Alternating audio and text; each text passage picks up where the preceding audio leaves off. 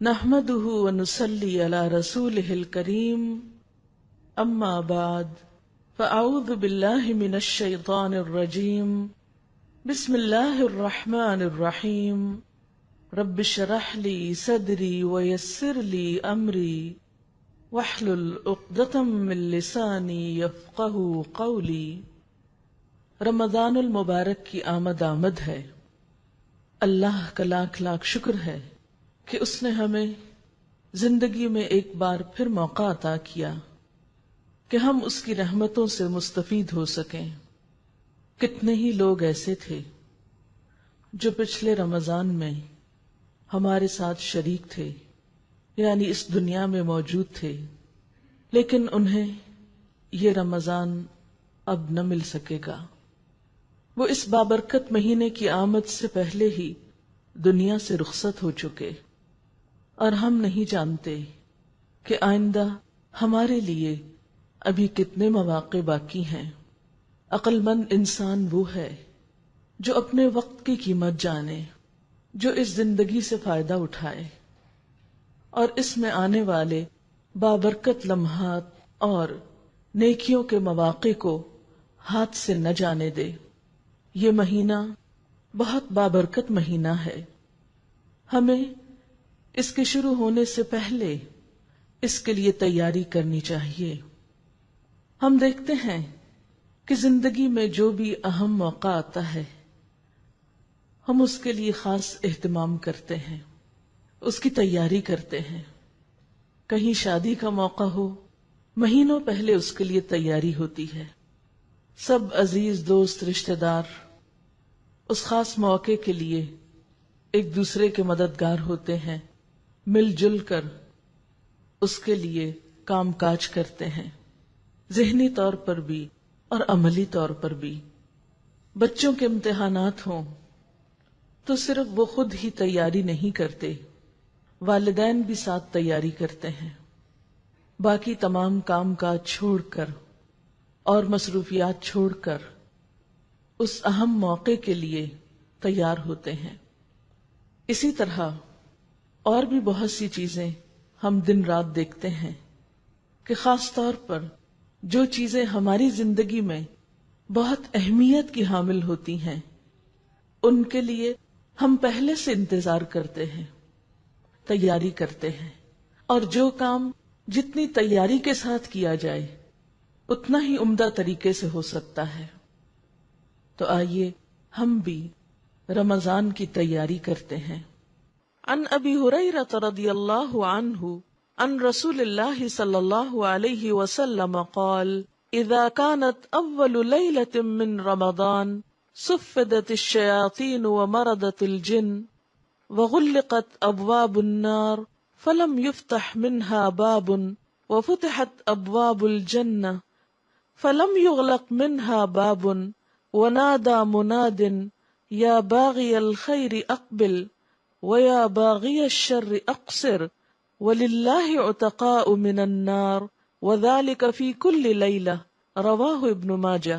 حضرت ابو ہریرہ رضی اللہ تعالی عنہ سے روایت ہے کہ نبی صلی اللہ علیہ وسلم نے فرمایا، جب رمضان کی پہلی رات آتی ہے تو شیاطین اور سرکش جن باندھ دیے جاتے ہیں، جہنم کے سارے دروازے بند کر دیے جاتے ہیں، ان میں سے کوئی ایک دروازہ بھی کھلا نہیں رکھا جاتا، اور جنت کے سارے دروازے کھول دیے جاتے ہیں۔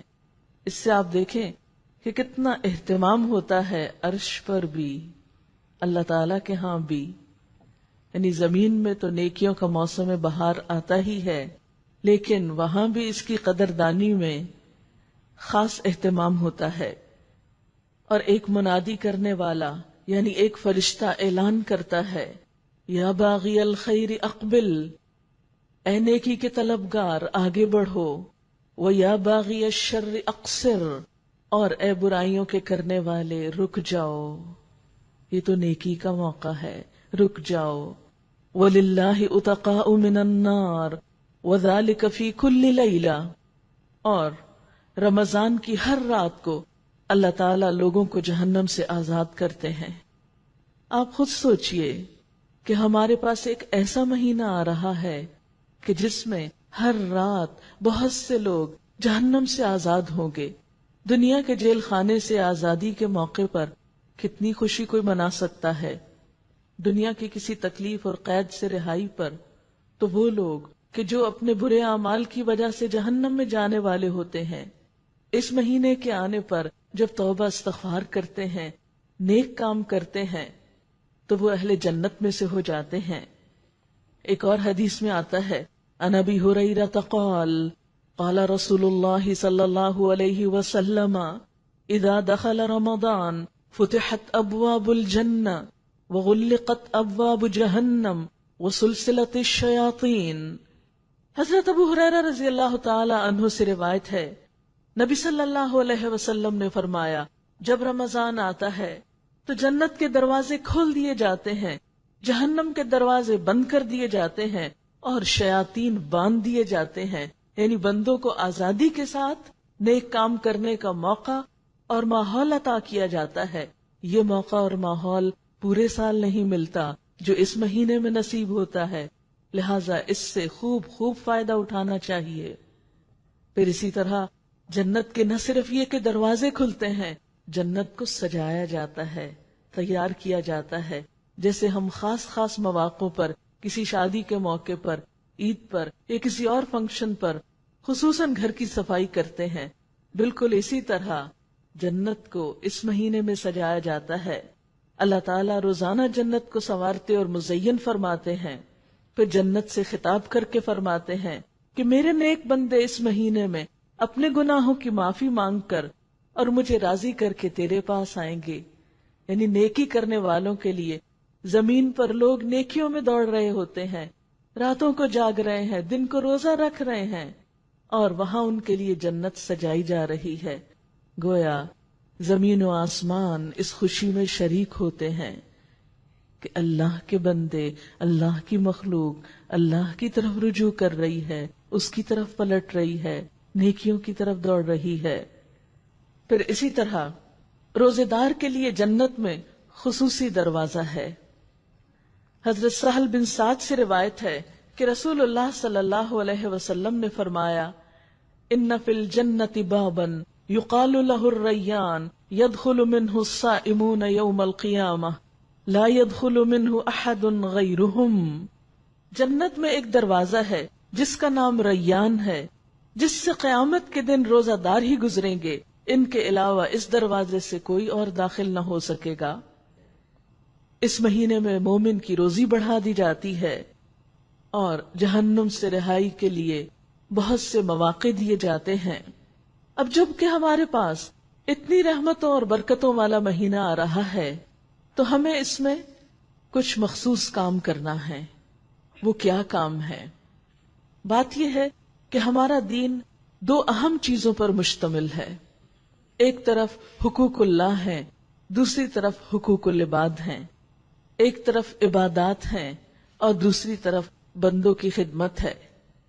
نبی صلی اللہ علیہ وسلم کے خطبے سے ہمیں ایک طرف عبادات کا شوق دیا گیا اور اسی خطبے کے اندر انسانوں کے ساتھ ہمدردی کا بھی سبق دیا گیا، اور انسانوں کے اس طبقے کے ساتھ جو سب سے مظلوم طبقہ تھا، یعنی غلاموں کا طبقہ، ان کے ساتھ خیر اور بھلائی کا حکم دیا گیا۔ تو آئیے دیکھتے ہیں کہ ہمیں پھر کیا کچھ کرنا ہے۔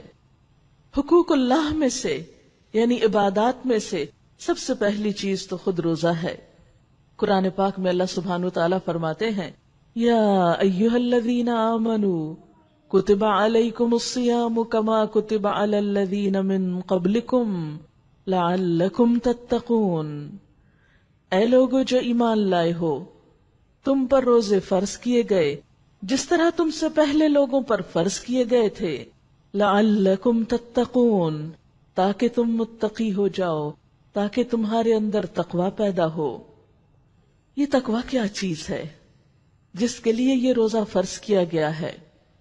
تقوی دل کی ایک خاص کیفیت کا نام ہے۔ آپ صلی اللہ علیہ وسلم نے دل کی طرف اشارہ کر کے فرمایا تھا، التقوی ہا ہنا، التقوی ہا ہنا، التقوی ہا ہنا، تقوی یہاں پر ہے، تقوی یہاں پر ہے، تقوی یہاں پر ہے۔ کیا ہے تقوی جو دل میں ہے؟ یہ دراصل ایک خاص احساس کا نام ہے، شعور کی بیداری کا نام ہے۔ کس بات کا شعور جاگتا ہے اس تقوی میں؟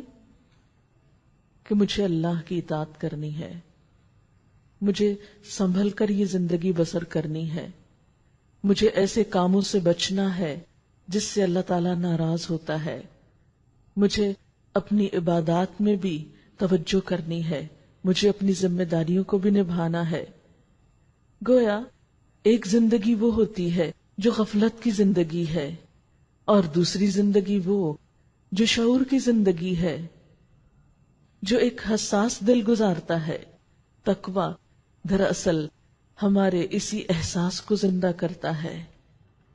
دن بھر جب ہم روزہ رکھتے ہیں، کھانے پینے سے گریز کرتے ہیں، شدید بھوک بھی ہو، کھانا سامنے بھی ہو، تو ہمیں فوراً خیال آتا ہے میں روزے سے ہوں، مجھے نہیں کھانا۔ آپ تنہائی میں ہوں، کوئی آپ کو نہ دیکھ رہا ہو، شدید پیاس سے ہوں، لیکن ایک قطرہ پانی کا اپنے حلق کے اندر نہیں جانے دیتے۔ یہ کیسے ہو سکتا ہے؟ وہی شخص یہ کر سکتا ہے کہ جو ہوش و حواس رکھتا ہے، جو سوچ سمجھ رکھتا ہے، جو شعور رکھتا ہے، جس کا دل زندہ ہے، جس کا ضمیر مردہ نہیں ہو چکا، جس کو اپنے رب کے حاضر و ناظر ہونے کا یقین ہے۔ رمضان کے 30 دن دراصل ہماری ٹریننگ کرتے ہیں کہ اے بندہ مومن، صرف رمضان میں نہیں، بعد میں بھی تم روزے کی حالت میں ہو۔ تمہیں تو ساری زندگی ہی روزہ رکھنا ہے۔ یہ تو مخصوص قسم کا روزہ ہے جس میں صرف حلال چیزوں کو چھوڑا جاتا ہے، کھانا پینا حلال ہے، بیوی حلال ہے، لیکن اللہ کے حکم سے اس سے رک رہے ہو، کیونکہ صوم کا مطلب ہی رک جانا ہے۔ تو اگر اللہ کے حکم سے تم حلال سے رک سکتے ہو تو اللہ ہی کی خاطر، اسی کی محبت میں، اسی کی خوشی میں، اسی کی رضا میں حرام سے بھی بچ جاؤ، اس سے بھی رک جاؤ۔ یہی تقویٰ ہے۔ تقویٰ صرف ہماری ظاہر کی آنکھیں نہیں، دل کی آنکھیں بھی کھول دیتا ہے۔ اور اللہ تعالیٰ چاہتے یہی ہے کہ امت مسلمہ ایک باشعور زندگی بسر کرے، غفلت کی نہیں، جانوروں کی طرح نہیں، کیونکہ اللہ کے نزدیک وہ لوگ بدترین مخلوق ہیں جو سوچ سمجھ سے کام نہیں لیتے۔ ان شر الدواب عند اللہ الصم البکم الذین لا یعقلون، بے شک اللہ کے نزدیک بدترین جانور یا جانوروں میں سے بھی بدترین شر الدواب کون ہے؟ الصم البکم، جو بہرے گنگے لوگ ہیں، الذین لا یعقلون، جو عقل سے کام نہیں لیتے، جو اپنے شعور سے کام نہیں لیتے۔ تو روزہ دراصل ہمارا شعور بیدار کرتا ہے، غفلت سے نکالتا ہے، تقویٰ پیدا کرتا ہے۔ روزے کی فرضیت نبی صلی اللہ علیہ وسلم کی احادیث سے بھی ہوتی ہے، اور ہم دیکھتے ہیں کہ آپ صلی اللہ علیہ وسلم نے اس روزے کو ہمارے لیے ڈھال قرار دیا۔ الصیام جنہ، روزہ ڈھال ہے۔ ڈھال، شیلڈ جسے آپ بولتے ہیں۔ پرانے زمانے میں جب جنگیں فیس ٹو فیس ہوتی تھی، آمنے سامنے ہوتی تھی، تو دشمن کے وار سے بچنے کے لیے شیلڈ استعمال کی جاتی تھی۔ بالکل اسی طرح گناہوں سے بچنے کے لیے، غلط کاموں سے بچنے کے لیے روزہ ایک شیلڈ کا کام دیتا ہے۔ جب انسان کے اندر تقویٰ پیدا ہو جاتا ہے تو کسی بھی غلطی کے وقت وہ فوراً سوچتا ہے کہ نہیں، یہ تو جہنم کا ایک شعلہ ہے، میں اس کی طرف نہیں بڑھ سکتا، مجھے اس سے بچنا ہے۔ اور یوں روزہ 30 دن تک ایک احساس بیدار کرتے کرتے بالآخر انسان کو ساری زندگی میں گناہوں سے بچنے کا ایک موقع دیتا ہے۔ آپ صلی اللہ علیہ وسلم نے فرمایا، الصیام جنۃ من النار کجنۃ احدکم من القتال، روزہ جہنم سے ڈھال ہے۔ یعنی جس طرح دنیا میں انسان کو برائیوں سے بچاتا ہے، اسی طرح آخرت میں دوزخ سے بچانے والا ہے۔ آپ نے فرمایا جس طرح تمہاری لڑائی سے بچانے والی ڈھال ہوتی ہے، پھر اسی طرح روزہ جہنم سے دوری کا ذریعہ ہے۔ آپ صلی اللہ علیہ وسلم نے فرمایا، جو شخص اللہ تعالیٰ کے راستے میں ایک دن کا روزہ رکھتا ہے، اللہ تعالیٰ اس کا چہرہ اس ایک دن کے عوض جہنم سے 70 سال دور کر دے گا۔ روزہ مغفرت کا ذریعہ ہے۔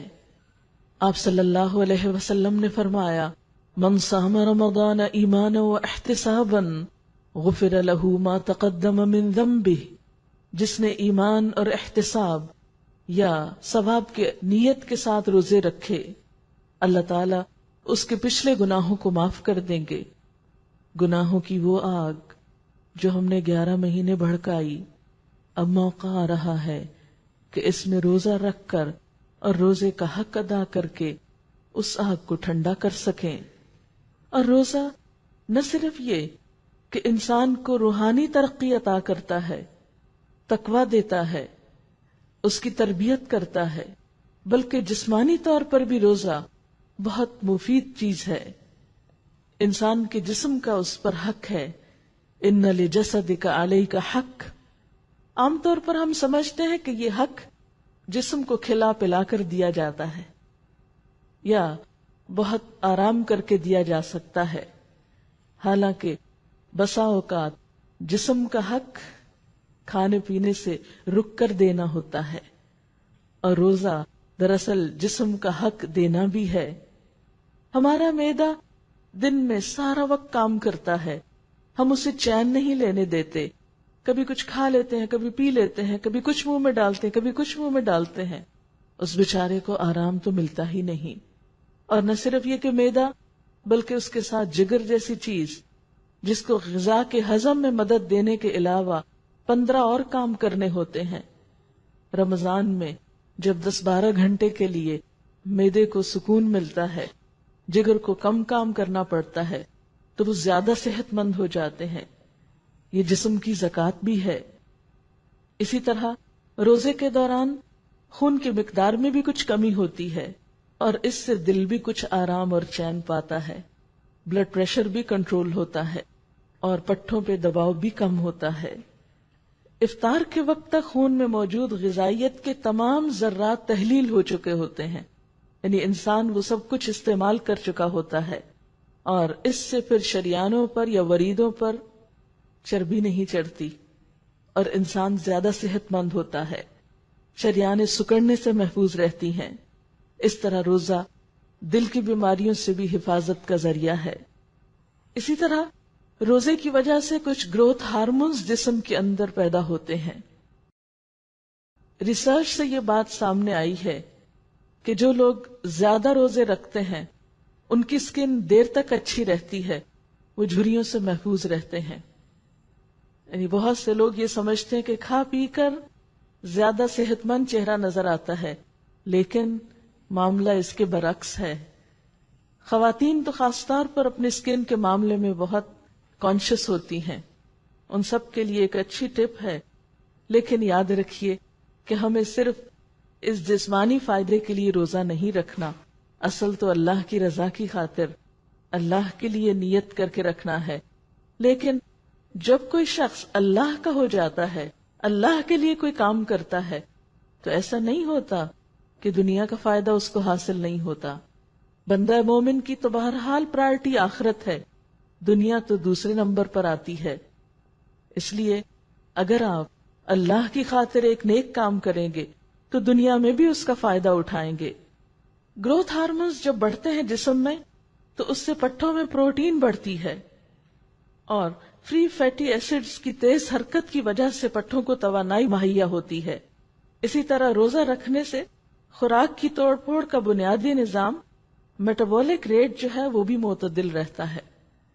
اور بھی اس کے بے شمار فوائد بتائے گئے ہیں، لیکن اس وقت چونکہ موقع طبی فوائد بتانے کا نہیں، لیکن ہلکا سا ذکر کرنا مقصود تھا تاکہ انسان یہ جان سکے کہ ہمارا دین جب ہمیں کچھ سکھاتا ہے تو وہ صرف آخرت کے لیے نہیں، اس میں ہماری دنیا کا بھی فائدہ ہوتا ہے۔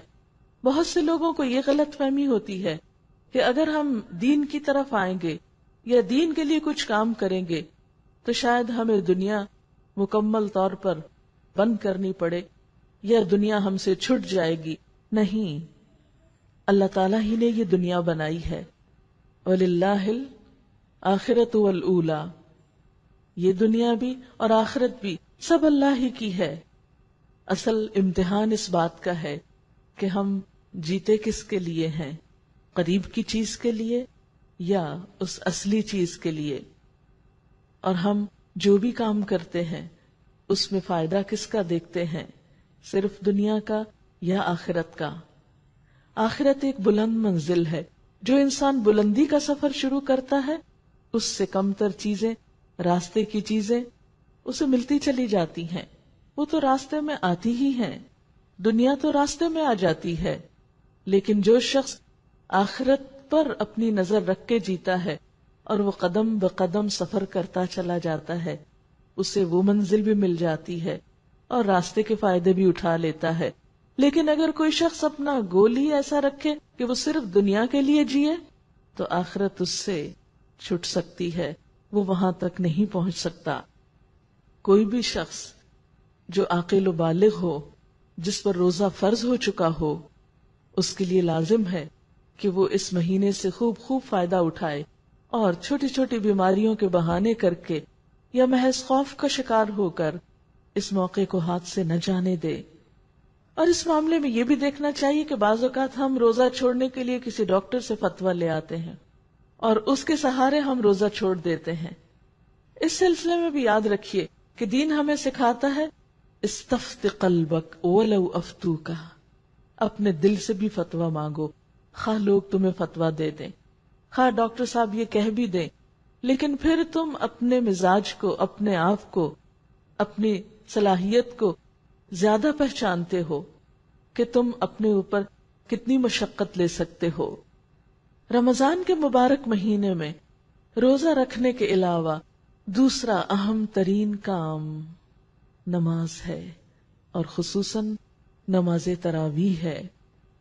نماز کے بارے میں آپ سب جانتے ہیں کہ یہ کافر اور مومن کے درمیان فرق کرتی ہے.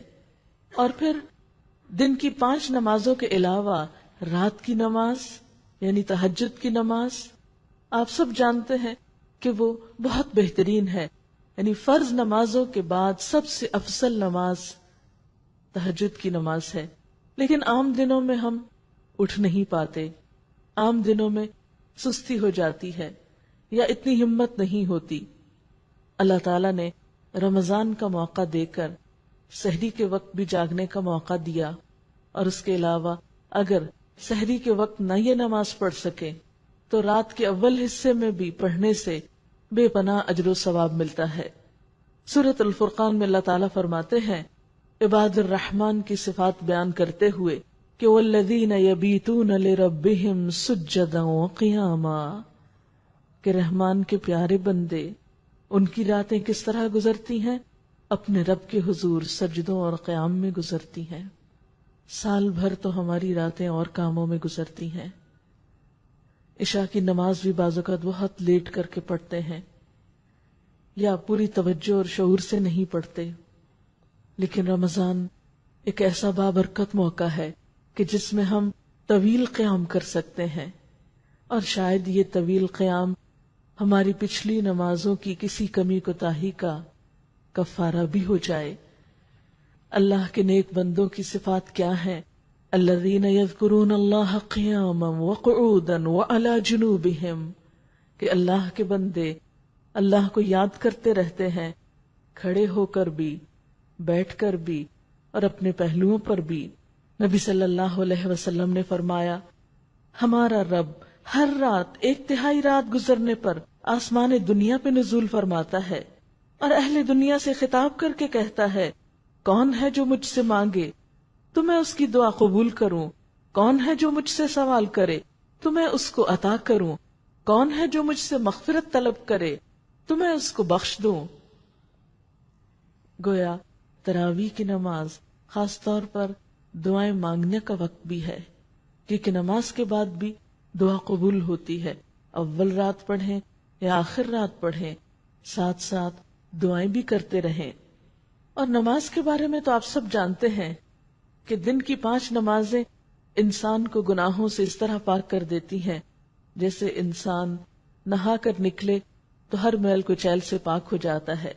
جیسے ایک مشہور حدیث میں بھی آتا ہے کہ آپ صلی اللہ علیہ وسلم نے فرمایا کہ اگر تم میں سے کسی کے دروازے پر ایک نہر ہو اور دن میں 5 مرتبہ اس میں نہائے تو کیا اس پہ کچھ میل کچیل باقی رہ جائے گا؟ لوگوں نے کہا کہ نہیں. تو آپ نے فرمایا کہ ان 5 نمازوں کا بھی یہی حال ہے، ان کی بھی یہی مثال ہے. اللہ تعالیٰ ان نمازوں کے ذریعے گناہ مٹا دیتا ہے. رمضان میں عام نمازوں کے لیے آپ ایک ٹارگٹ رکھ سکتے ہیں. کیا؟ کہ میں نماز اول وقت میں ادا کروں گی. یعنی اگر آپ نمازی ہیں تو خاص طور پر ایک اور کوشش شروع کیجئے کہ اول وقت میں نماز پڑھیں، اور اس کے لیے جب شعوری کوشش کریں گے تو آپ کی نماز کا اجر و ثواب کہیں زیادہ بڑھ جائے گا. دیکھیں نماز تو پڑھنی ہی ہے، وہ تو فریضہ ہے، لیکن جب ہم اس کو سستی کر کر کے بہت تاخیر سے پڑھتے ہیں تو اس کا وہ اجر نہیں پاتے جو پانا چاہیے. یعنی کام بھی کیا، محنت بھی کی، لیکن وہ حاصل نہیں ہوا جو ہونا چاہیے.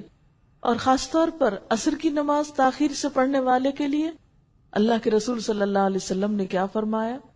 تلک صلاۃ المنافق، یہ منافق کی نماز ہے. صحابہ کرام نے عرض کون سی؟ فرمایا کہ جو دھوپ کے پیلا پڑنے کا انتظار کرتا رہتا ہے اور جو وہ غروب کے قریب ہوتا ہے، جو جلدی سے چند ٹھونگے مار لیتا ہے، اس طرح جیسے مرغا دانہ اٹھانے کے لیے زمین پہ ٹھونگ مارتا ہے اور وہ اللہ کو کچھ بھی یاد نہیں کرتا. اللہ کے بندے تو اللہ کو ہر آن یاد کرتے ہیں، لیکن منافق صرف دکھاوے کی نماز پڑھتا ہے یا صرف خانہ پوری کرتا ہے تو وہ توجہ نہیں دیتا اس کی طرف، آخری وقت میں پڑھتا ہے. اس لیے ہم سب اپنے ساتھ ایک عہد کریں کہ اس رمضان میں ہم کوشش کر کے اول وقت میں نماز ادا کریں گے اور تاخیر نہ ہونے دیں گے انشاءاللہ.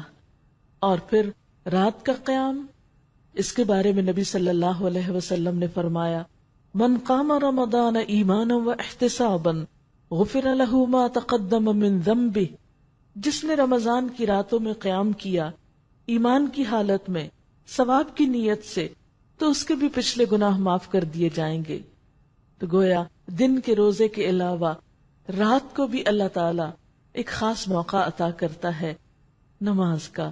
یعنی گویا دن بھی عبادت اور رات بھی عبادت، کیونکہ رات کا کچھ حصہ جب انسان اللہ تعالیٰ کے حضور قیام میں گزارتا ہے تو باقی رات جو سوتا ہے اور اس انتظار میں سوتا ہے کہ صبح پھر روزہ رکھوں، سحری کروں، تو اس کا یہ سونا بھی ایک طرح سے عبادت ہو جاتا ہے. گویا رمضان ایک ایسا موقع ہے جس میں دن کا سارا وقت ایک ایک لمحہ عبادت ہے، اور جس میں رات کی نماز اور پھر رات کا سونا بھی ایک عبادت ہے. اس لیے جو لوگ اس مہینے کا اہتمام کریں وہی خوش قسمت ہیں.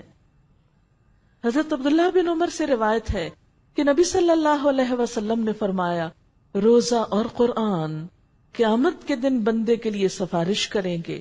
روزہ کہے گا اے میرے رب، میں نے اس بندے کو کھانے پینے سے اور اپنی خواہشات پوری کرنے سے روکے رکھا، اس کے بارے میں میری سفارش قبول فرما. قرآن کہے گا اے میرے رب، میں نے اس بندے کو رات سونے سے روکے رکھا، لہٰذا اس کے بارے میں میری سفارش قبول فرما. چنانچہ دونوں کی سفارش قبول کی جائے گی. اس لیے دن کے روزے کے ساتھ ساتھ رات کی تراویح کا اہتمام بہت ضروری ہے. اگرچہ تراویح نماز فرض نہیں ہے لیکن بہت اجر و ثواب کا باعث ہے. لیکن یاد رکھیے کہ بہت سے لوگ زیادہ نفل جب پڑھتے ہیں یا لمبی نماز پڑھتے ہیں تو عموماً تیز تیز پڑھتے ہیں، جلدی سے رکوع کیا، جلدی سے کھڑے ہو گئے، جلدی سے سجدہ کیا، پھر کھڑے ہو گئے. وہ صرف تعداد پوری کر کے بات ختم کر دیتے ہیں. تو وہ وقت تعداد پوری کرنے کا نہیں، اللہ کو یاد کرنے کا ہے، دعائیں مانگنے کا ہے، بخشش کرانے کا ہے. اس لیے اس نماز کو خشوع و خضوع سے پڑھنا چاہیے. اور آپ صلی اللہ علیہ وسلم نے خبردار بھی کیا کہ نماز کی چوری سے بچو. آپ نے فرمایا چوری کے لحاظ سے سب سے بدترین وہ انسان ہے جو نماز چراتا ہے. تو صحابہ کرام نے عرض کیا کہ وہ کیا چیز ہے، یعنی نماز کی چوری کیا ہے؟ تو آپ نے اس پر کیا فرمایا کہ جو رکوع اور سجود ٹھیک سے ادا نہیں کرتا، یعنی ابھی رکوع میں گئے نہیں کہ اٹھ کھڑے ہوئے، سجدہ کیا نہیں تو اٹھ کھڑے ہوئے، ایک سجدے سے اٹھ کے ٹک کے بیٹھے ہی نہیں کہ دوبارہ سجدے میں چلے گئے، اور نماز میں ہل جل ہی رہی اور ختم کر دی گئی۔ تو اس لیے کوشش کیجئے کہ اس طرح نماز ادا کریں کہ نماز کا بھی حق ادا ہو، نہ کہ نماز پڑھیں اور اس کے ساتھ اس کی چوری کے مرتکب ہوں۔